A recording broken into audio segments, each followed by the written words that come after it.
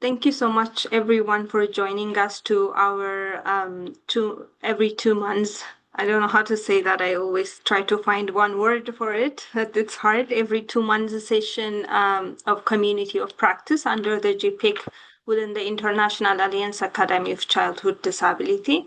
I really apologize for the small glitch this morning, but I'm so happy to see everyone here. So today we have Dr. Delini Vibupulaguna with us, joining us. I will shortly introduce Dr. Velini.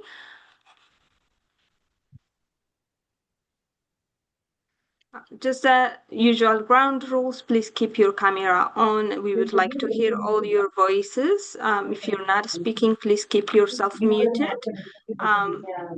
If you can mute yourself, that would be really helpful. But please do feel free to unmute and speak when we are at the discussion part. I just wanted to let you know this is every 2 months, and the next session will be July 29th, every last Tuesday of the second month. And this is presented by the GPIC under the International Alliance Academies of Childhood Disability, and these are the team members of the community of practice. We are here to discuss how to prevent those specific impairments from becoming disability and to share among lone practitioners our experiences and what we could learn from each other. And today we have the very good example of that. Dr. Delini is joining us from Sri Lanka. Dr. Delini is the first board-certified consultant community pediatrician in Sri Lanka. She is involved in direct. I'm sorry, can you please mute Rupanjana? Sorry. Can you mute yourself, Sorry, please? ma'am. Sorry, ma'am. Yeah. Thank you.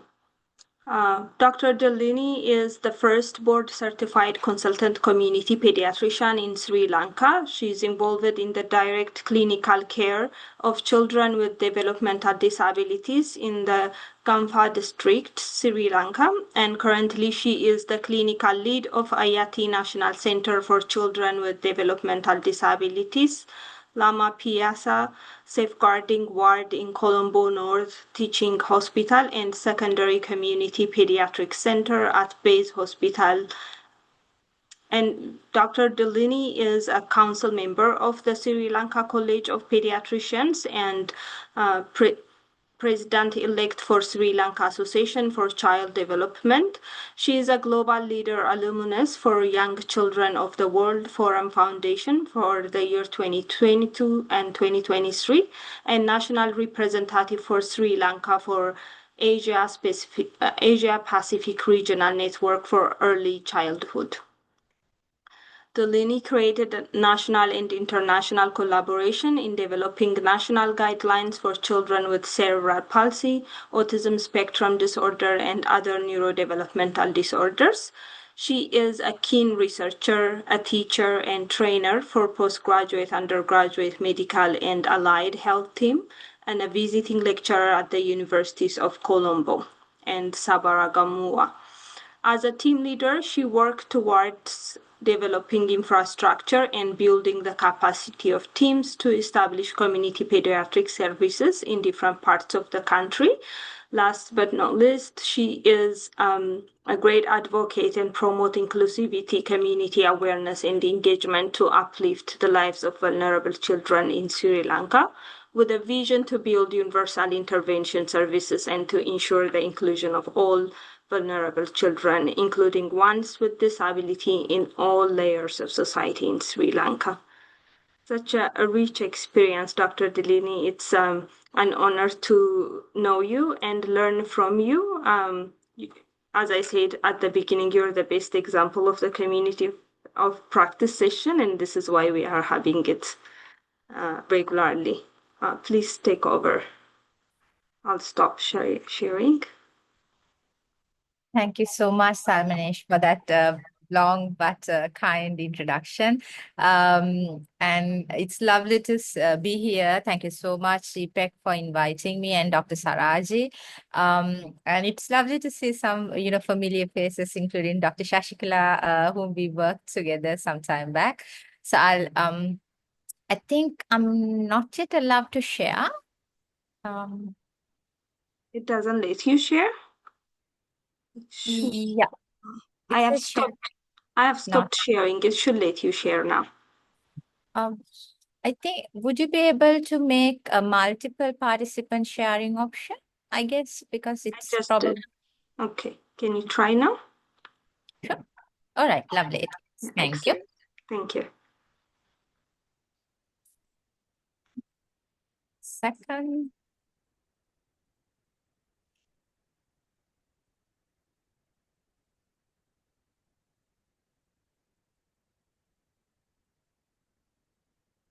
I hope you can see my screen now.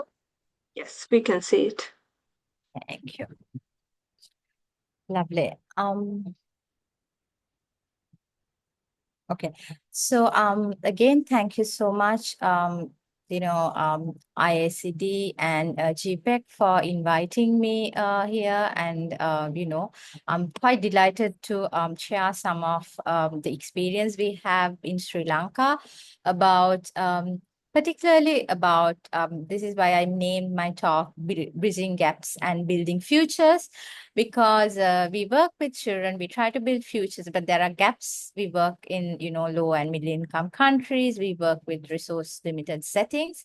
So we are kind of sharing experience how we try to overcome some of these challenges by working together in teams.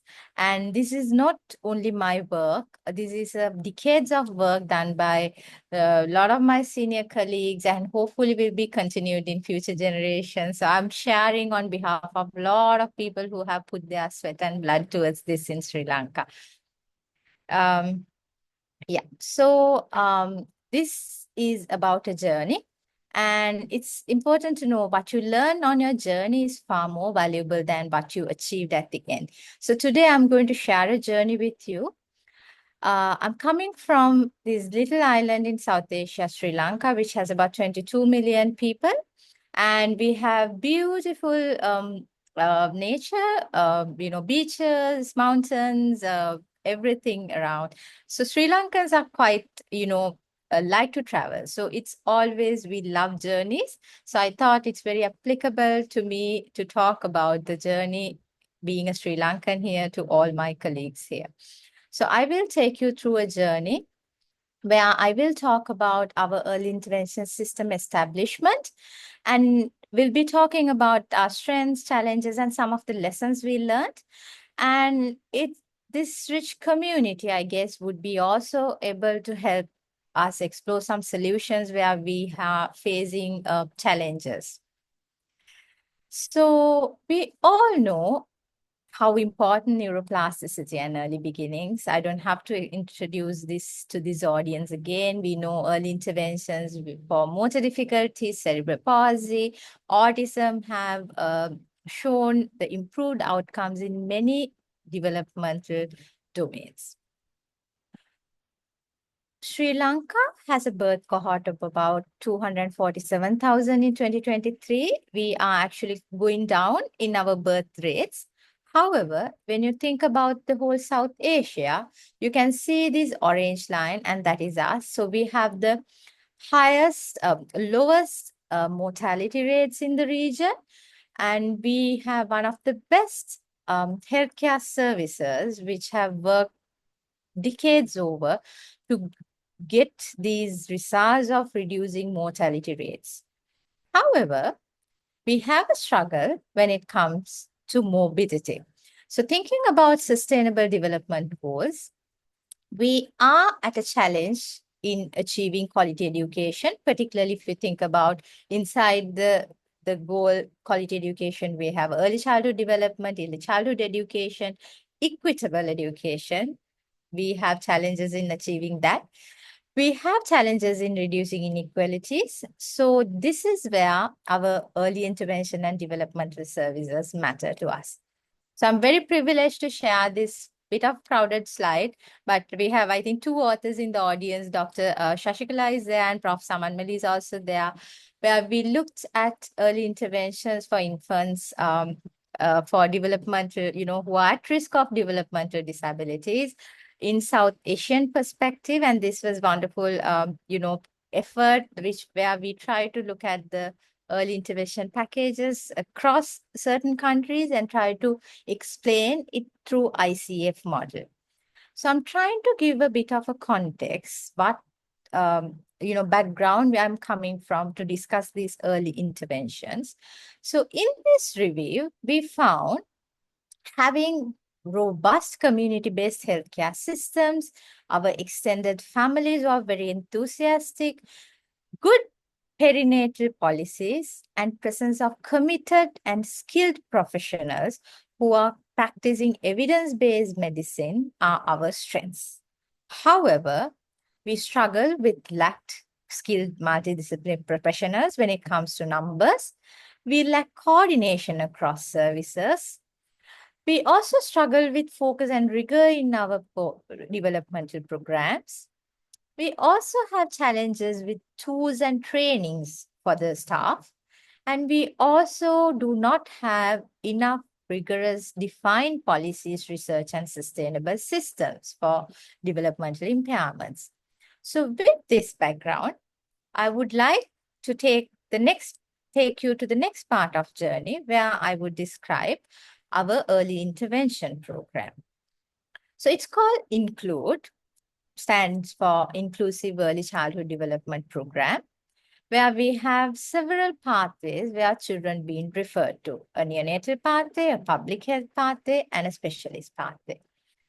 With the collaboration of a lot of professionals, we've been managed to put up national guidelines for early detection and also for cerebral palsy, autism spectrum, and other neurodevelopmental disorders.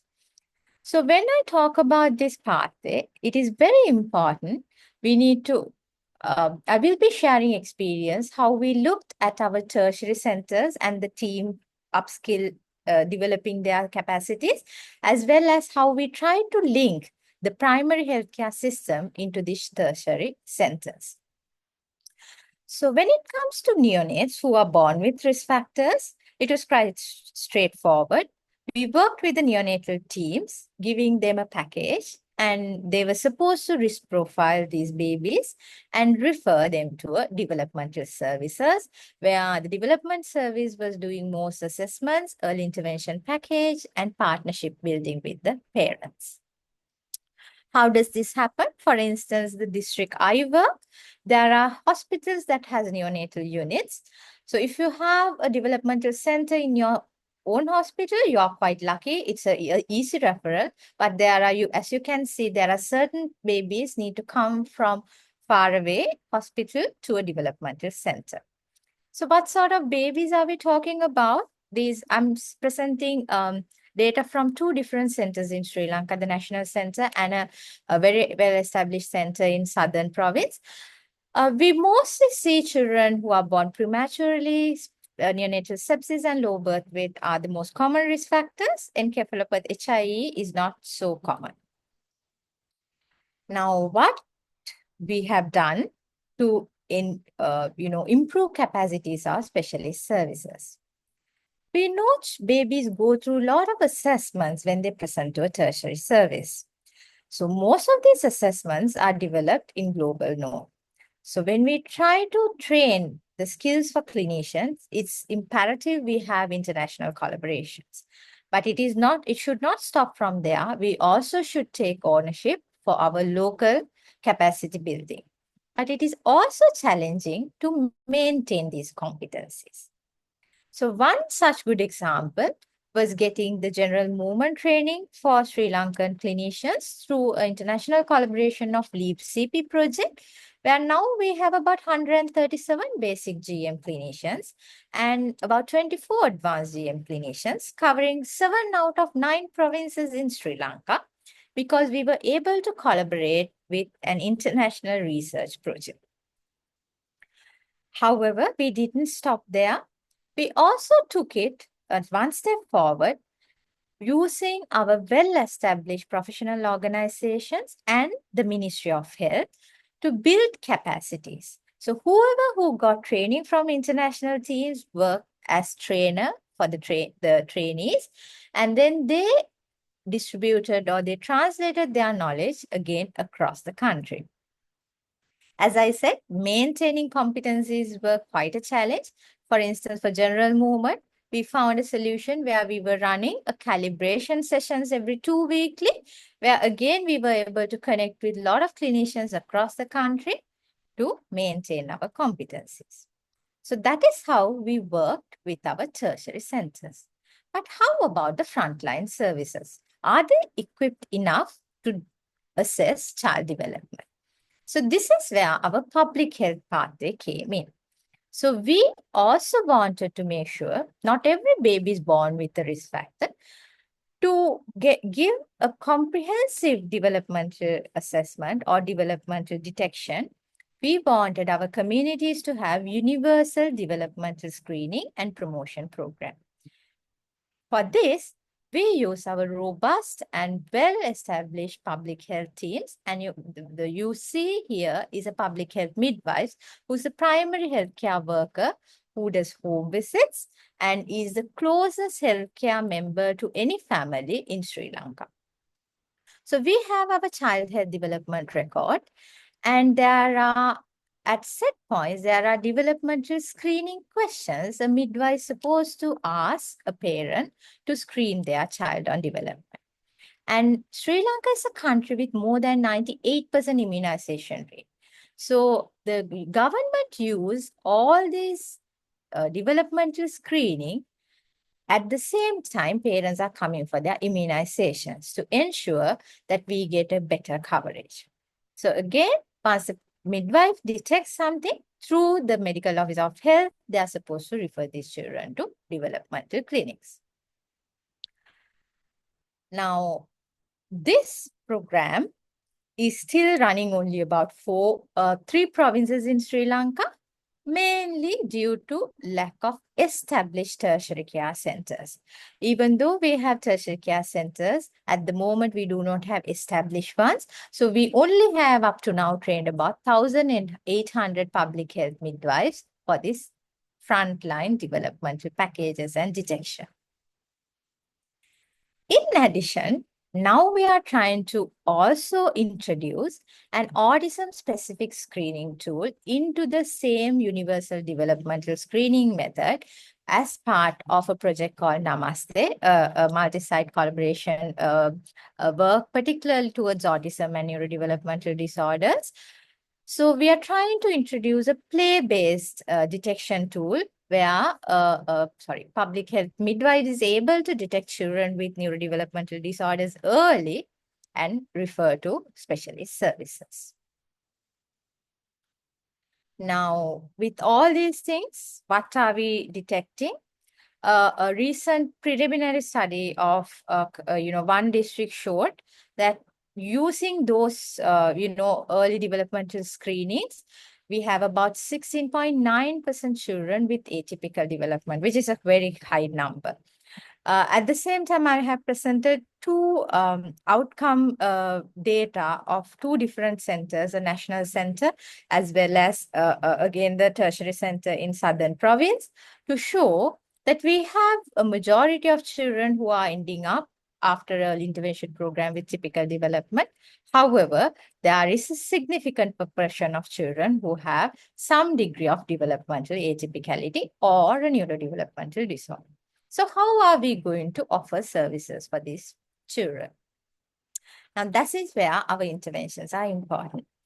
Now, first concentrating on the specialist services, as I said, we have, where you see here is my beautiful National Center IRT, the National Center for Children with Developmental Disabilities in Sri Lanka. We also have established or currently establishing developmental centers across Sri Lanka. So we are trying to develop very sustainable service in these settings. At the moment, what we struggle is we do not have enough clinicians to run these places. වෘත්තිකයින්ගේ සහාය ලබාගත යුතුයයි අඟවන රට සංජාවක් විය හැක. So what I'm presenting here is our developmental early intervention packages we offer to parents. We follow the principles of nurturing care framework to achieve a holistic development as well as ICF framework. Now, it was very interesting when we talked to some of the parents who go through our early intervention packages that we realize that we do not pay enough attention to caregiver well-being. So now, as you can see, the video was about that. All our early intervention packages, at least the ones that we deliver in National Center, has a separate module for caregiver well-being. So we work a lot to improve their mental health and well-being. Now, this is how the early interventions happen. It would be one client, multidisciplinary team, or it could be a group where we deliver the specialist interventions. However, we have quite an imbalance when it comes to service providers. For instance, in IIT, we have 4,000 active clients per year and only 3 developmental pediatricians, about 5 physios, 7 species, and 6 OTs we have. So you can see we have quite a struggle to maintain the load of clients approaching us. For this, we thought innovatively, and we are now developing a tiered model with task shifting. So we have a tiered model of developmental assessment and interventions, and where we have developed a secondary developmental level, where a general pediatrician is working with a trained medical officer to deliver some of the services until children getting higher services in a tertiary center. So this again was a training happened with Ministry of Health, and you can see these are the places. So we are trying to cover geography in Sri Lanka to establish this secondary level developmental services, which are always associated with the tertiary or the specialized center you can see in red, but not all these specialized centers have the full team at the moment. So that is why they are not fully functional. The other important part of this tiered model was strengthening our primary health teams on developmental interventions. For that, the Ministry of Health and particularly Family Health Bureau has developed some parenting packages, caring of caregiver package, as well as for autism specific and particularly communication delayed children, we are now implementing WHO caregiver skills training to be delivered by non-specialists, which is actually a parent training to improve children's communication, play, and behaviors. And quite specific to autism, we have also a package called Parent-Mediated Autism Social Communication Intervention, which is called PASS, again to support whatever the specialist services they receive. This is for a child with autism. So, in addition to developing these capacities and services, we also have realized the inclusivity and equity does not come only with healthcare involvement. So that is why we worked on the parent advocacy. So we have parent advocacy and parent support groups. And we also work quite hard on social awareness, particularly using social media to engage parents for early interventions, to understand neurodiversity, to understand the inclusion.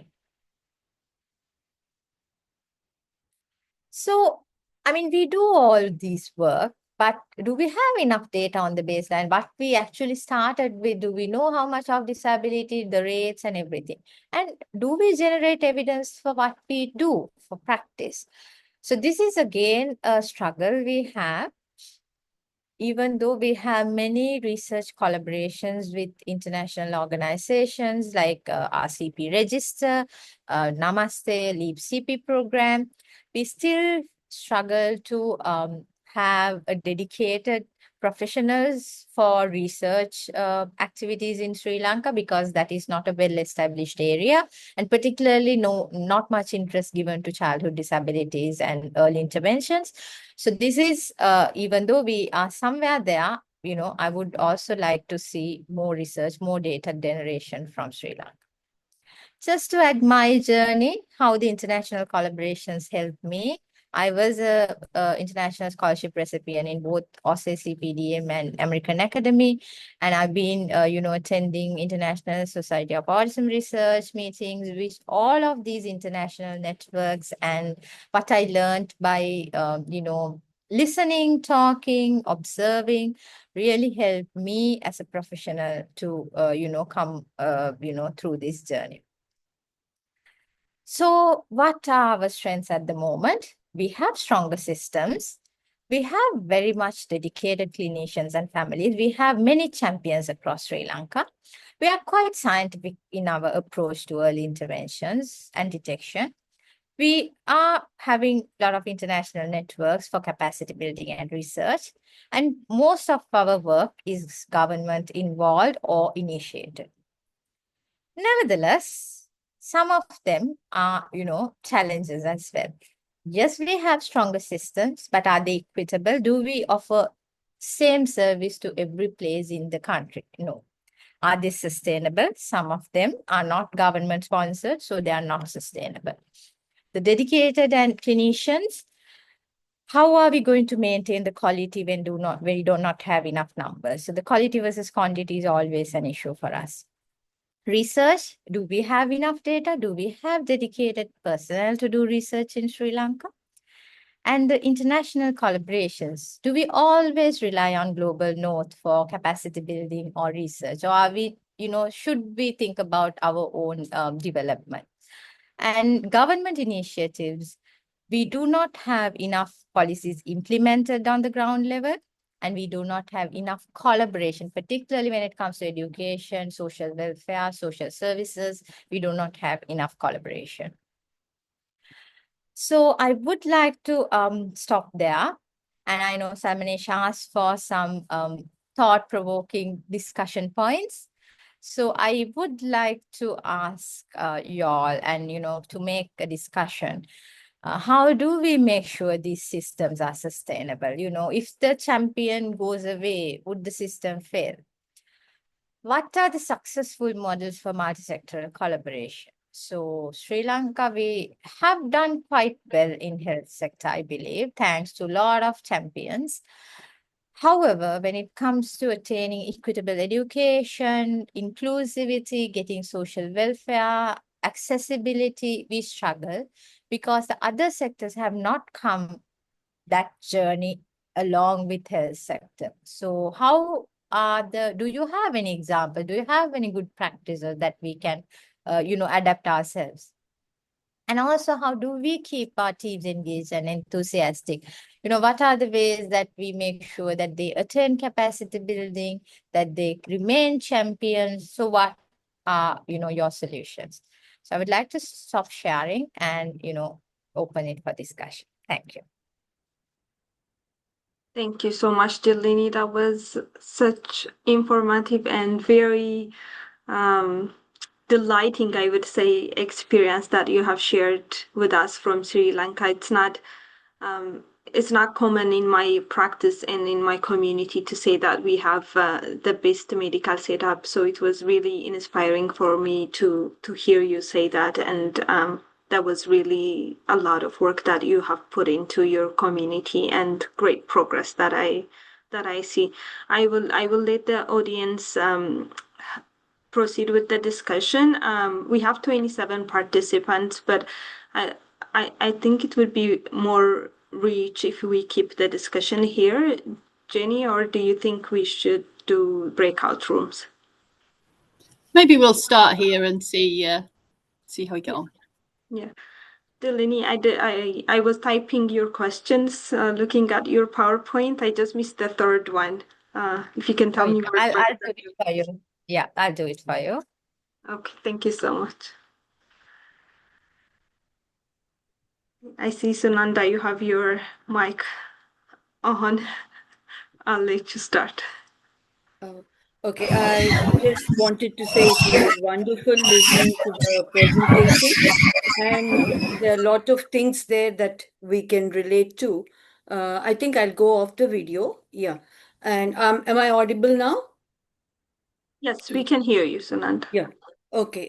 So I think this whole program is going along with very good collaborations that would make this successful. But I think what is going to be crucial for this success is that it is built into the system, the health system, which is already very supportive, and there's even the model that they're using of capacity building that is being taken up well. And in terms of size, I think Sri Lanka actually is not as huge as India in that sense. So I would say that what Sri Lanka is achieving now at this point of time is easily replicable in many other provinces where it hasn't yet started, provided the government is going to be very interested. So I think the questions here that she asked, how do we make sure that the systems are sustained? And the third question, how do we keep teams engaged and enthusiastic? This is where I find that when you start off with lot of multi collaborations, international collaborations, initially it goes very strong. For instance, the pass and the compass of Namaste and Sangat. I've been the technical advisory, on the team of the technical advisory group. What I see is that the funding for such projects is so vast that it will have a very good takeoff. And here the funding is also crucial. One is that it is built into the health systems. That is a strong point. The funding is very strong, which is now both, and I'm sure the other three groups she is working with, the CP Leap and others, are very similar. So, working with three big collaborations who are well funded is a big advantage to begin with. But will it sustain? That is the big question that comes to me even when I am sitting on the technical advisory group of Compass. There's a question I keep asking because if you look at the funds that go into even scaling up initially and then sustaining them, is something many developing countries will not be able to do if it is all happening within the health systems. Health systems are not that greatly funded in many of our countries. And I also know that many of these projects, when you do task shifting, they also are using a parallel worker. So in India itself, I can say that, if we are only depending on our health workers, they're already overworked. But you can easily show success when the parallel system health workers are going from house to house and doing, the success is there. But will it be sustained? For that, I feel there should be a transition phase for Sri Lanka. It's easy for me to advise because in India, I don't think it's that easy to do. But in Sri Lanka, perhaps they need a transition phase where gradually, when these international collaborations are going away or in the last phase of their project itself, they should ensure that the governments take up this work, especially since you have a good health system with primary health care. I feel the task shifting becomes easy at that level. Generally, what happens with these collaborations is we are trying out task shifting at the secondary and tertiary levels first, and then by the time the projects go away, the primary care is still not able to take the same kind of a pressure. So that is one thing.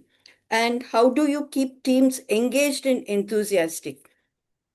I think this should happen simultaneously because if the people you're training now these people, if you think that within the system, they are going to be the future leaders of the program and not the people in the international collaborations, and if they are engaged and enthusiastic about continuing it, I'm sure at least for 5 years after the fund cease, the project will go on, and that's a good time to make it sustainable. These are my impressions. Thank you so much, Sunanda. Thank you for sharing that. And I do agree it's an opportunity to have international collaborations in big groups, but it also depends on the team dedication and enthusiasm to get this work going. So yeah. Any other comments or questions from the audience? I see Can Shashi, I? you're ready. Yeah. Adding on to what Sunanda said, both of us have been colleagues for more than 4 decades now. I feel probably Dilini knows about what we have done when we wrote the article for Indian Journal of Pediatrics. See, we have had a very big government initiative called as National Health Mission. It is all over the country. Under that, we have a program called as RBSK, Rashtriya Bala Seva Karyakram, which is for children from the age of 0 to 6 years. And then now we have also Kishori Bal, that is for adolescents and later. The District Early Intervention Center is the focus of action, where we have multidisciplinary professionals deputed by the National Health Mission. So this initiative came from the government at the center. Now it has become, of course, health in India is a state subject. So we have to have a good collaboration between the center and the state, and it's happening to some extent. Having been associated with a district early intervention center, I would like to answer the last question, Dilidi, first. Because for me, that's most. I'm already 73 years old, and I keep telling my team, I don't know how long I would work. It's for you people to take on the mantle. That's the first word with which I start. And then we have intensive training where all the interdisciplinary professionals meet at one place. I give them roles, and then under the district early intervention system, we have had UNICEF support in the 5 states of South India. We have taken up, we have a center of excellence in each state. My college happens to be one of the centers of excellence under UNICEF. We have taken 2 pilot districts, pilot districts which do not have all the facilities that Bangalore Medical College has. Our biggest problem, as you also said, is, the trained professionals. Unfortunately for India, though we train large number of people, the brain drain, particularly in the field of occupational therapy, is so heavy here. We train them, but we lose them. So we are trying to evolve an interdisciplinary model, so that I don't tell a parent, no, we are not going to work on the hands of the child because I don't have an occupational therapist. That's a very, very poor answer from a professional.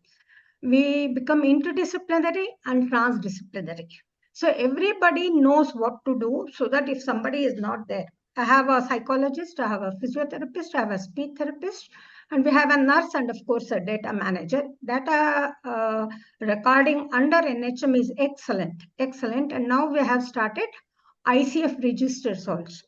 In each of the, we have 2 pilot districts very near Bangalore. One is very near Chikmagalur, and the other one is far off in North Karnataka, that is Yadgiri.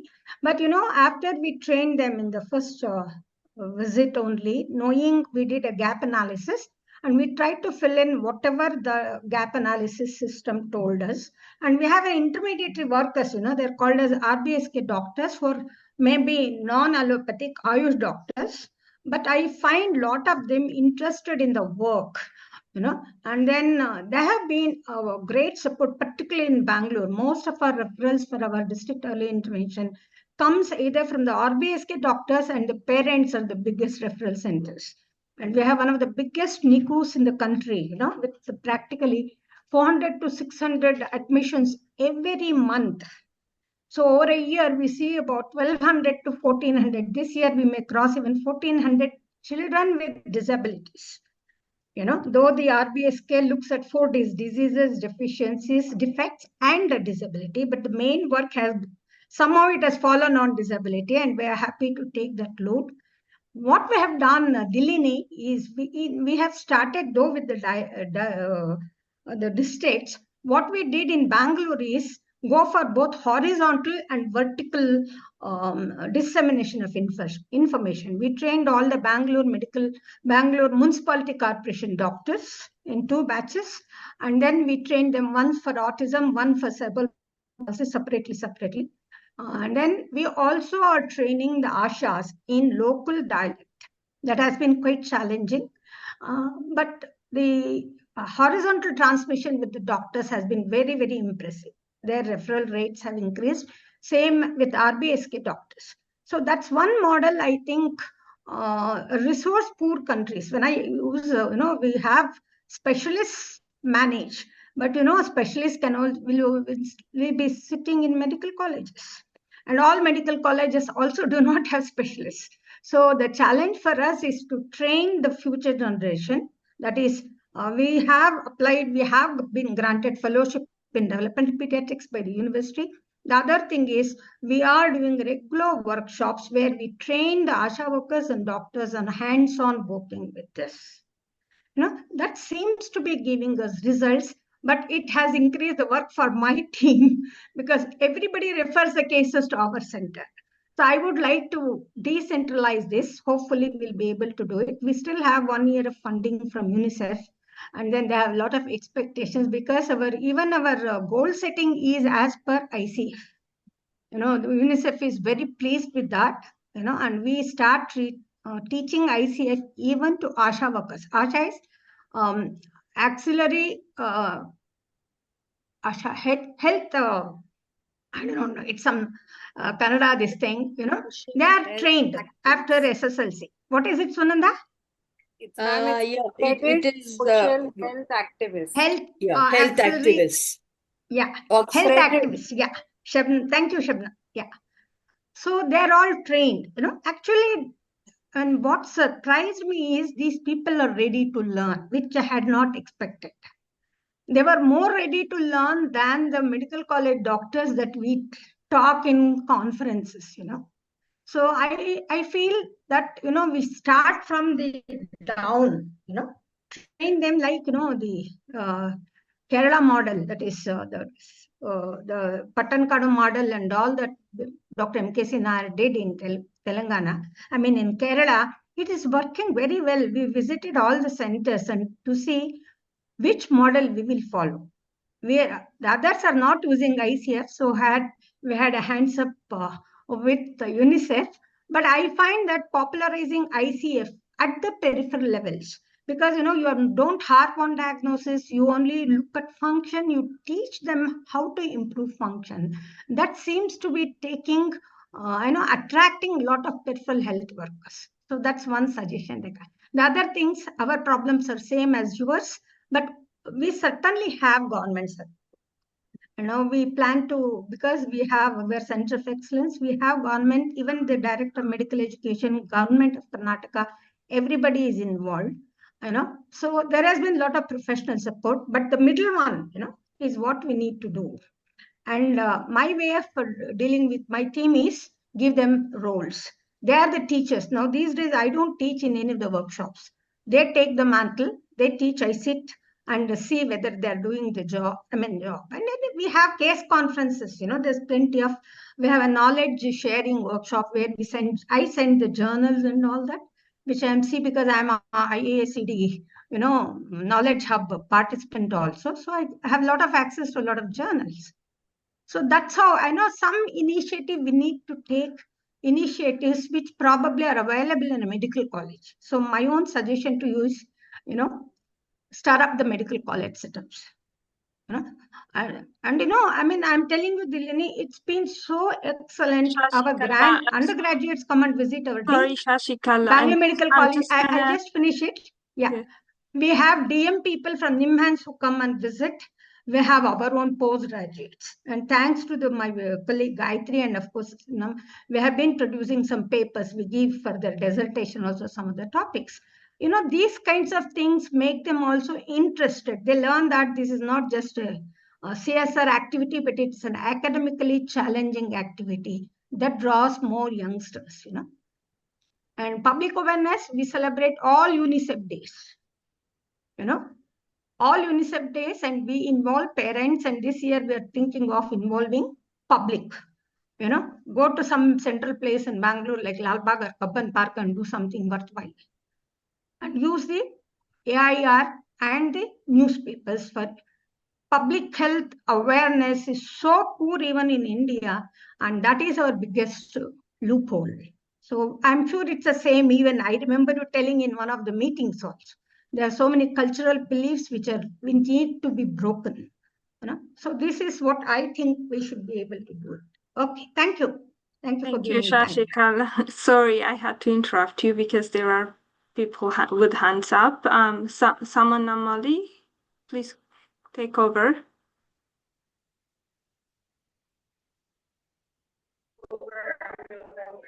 Hello, hi, hi. I just want to say a big thank you to Dilini and to Dr. Shashikala for explaining all that. Thank you, Dilini, for all the hard work going forward. So we have shown that brain drain is not a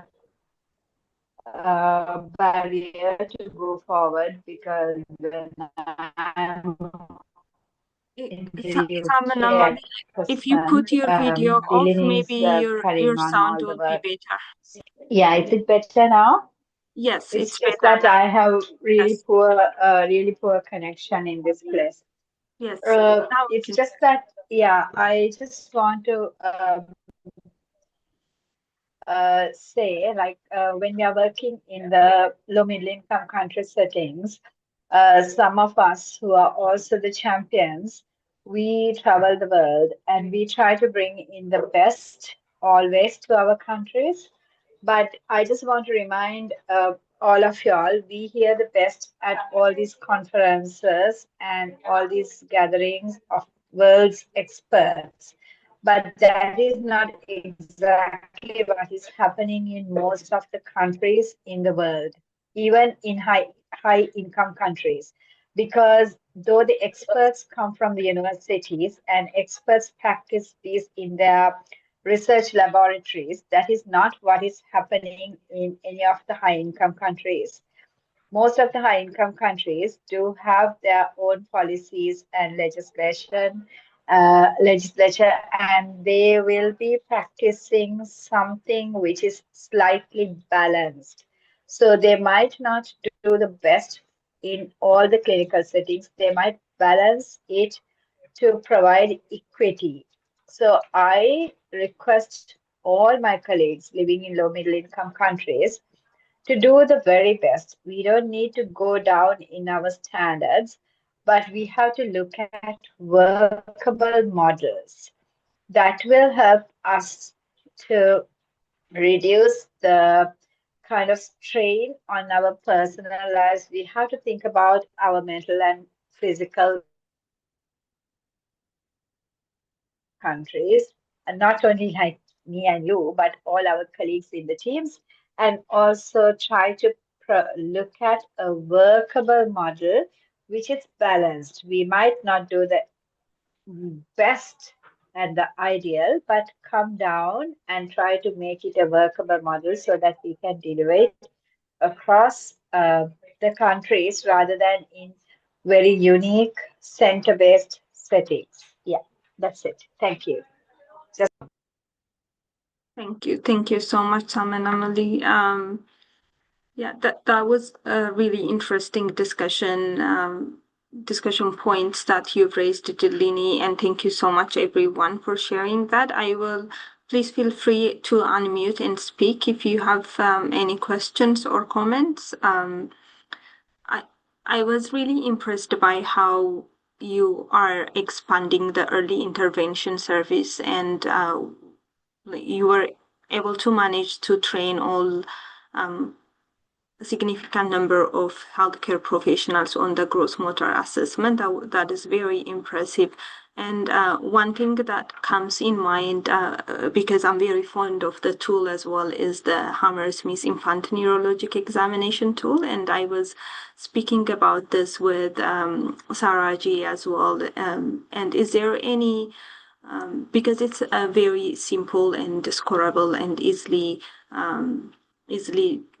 applicable tool that can be applied in the community pediatrics, which is one of the challenges that you mentioned. So is there any work with regards to that? Is there anything you'd like to share with us in terms of early intervention in the community and early identification as well? Yeah, so Salmanesh, we use both GMs and Hind, Hammersmith Infant Neurological Examination. And actually, I mean, it's very interesting point that you mentioned. So what we realized, I wanted to put that into the, presentation, but then I thought it's a kind of a whole separate discussion, but of course you brought it up. So what we realized, I know I have presented that we've trained a lot of, clinicians for GMs and most of them for basic GM training. And why we wanted to do the calibration was we realized the atypical or abnormal GMs we detect were quite high initially. And then that is one reason why we were pushing towards advanced GM training. And once, a lot of clinicians went through advanced GMs, we realized our, skills level actually was quite better. It's getting better and better with time and also with advanced training. So, one important lesson we learned is training people is not enough. It's very important that we maintain the competencies, and regular checks are quite important. So in that sense, we realize GMs important for our tertiary and maybe in secondary level settings, mostly tertiary level. But when it comes to scaling up, we are mostly concentrating on Hammersmith because it is, as you said, it's very easy to train, and internet reliability seems to be quite good compared to GMs because we can very easily train people on Hind. So at the moment we have both GMs and Hind in our program, but as you could see, we only have like whole program running in about 4 provinces. So when we are kind of upscaling, we really have to think about how much integration we do with GMs because we do not have luxury of getting advanced training for a lot of people, and so it's a kind of a challenge we face. So we also agree, I agree with Hammersmith, but we're also looking at other ways and explore other ways of monitoring development. Yeah, thank you so much for sharing that. And one of the aim of this community of practice session is to initiate collaboration. So I think we do align in a lot of things in terms of things that we can collaborate on. So I will definitely reach out to you, Delaney, with regards to this, and we can discuss more about that.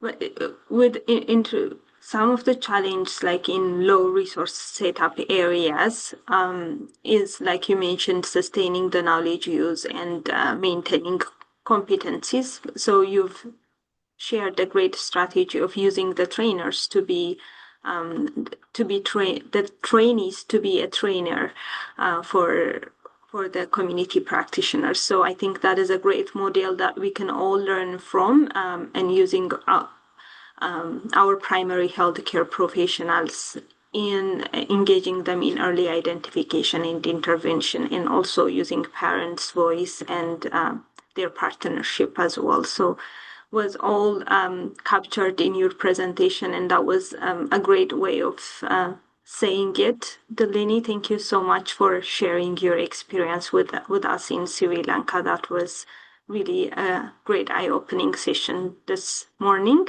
and we have a lot of comments in the chat as well from the audiences. So Thank you so much, everyone, for your active engagement. And thank you, Delaney. We will be sharing the recording of this session in our website as well, in the International Alliance Academies of Childhood Disability website. So feel free to share it widely.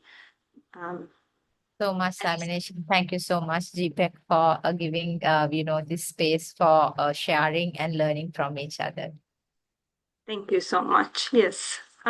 So I wish everyone to have a great day, and thank you for joining us. We'll see you in July.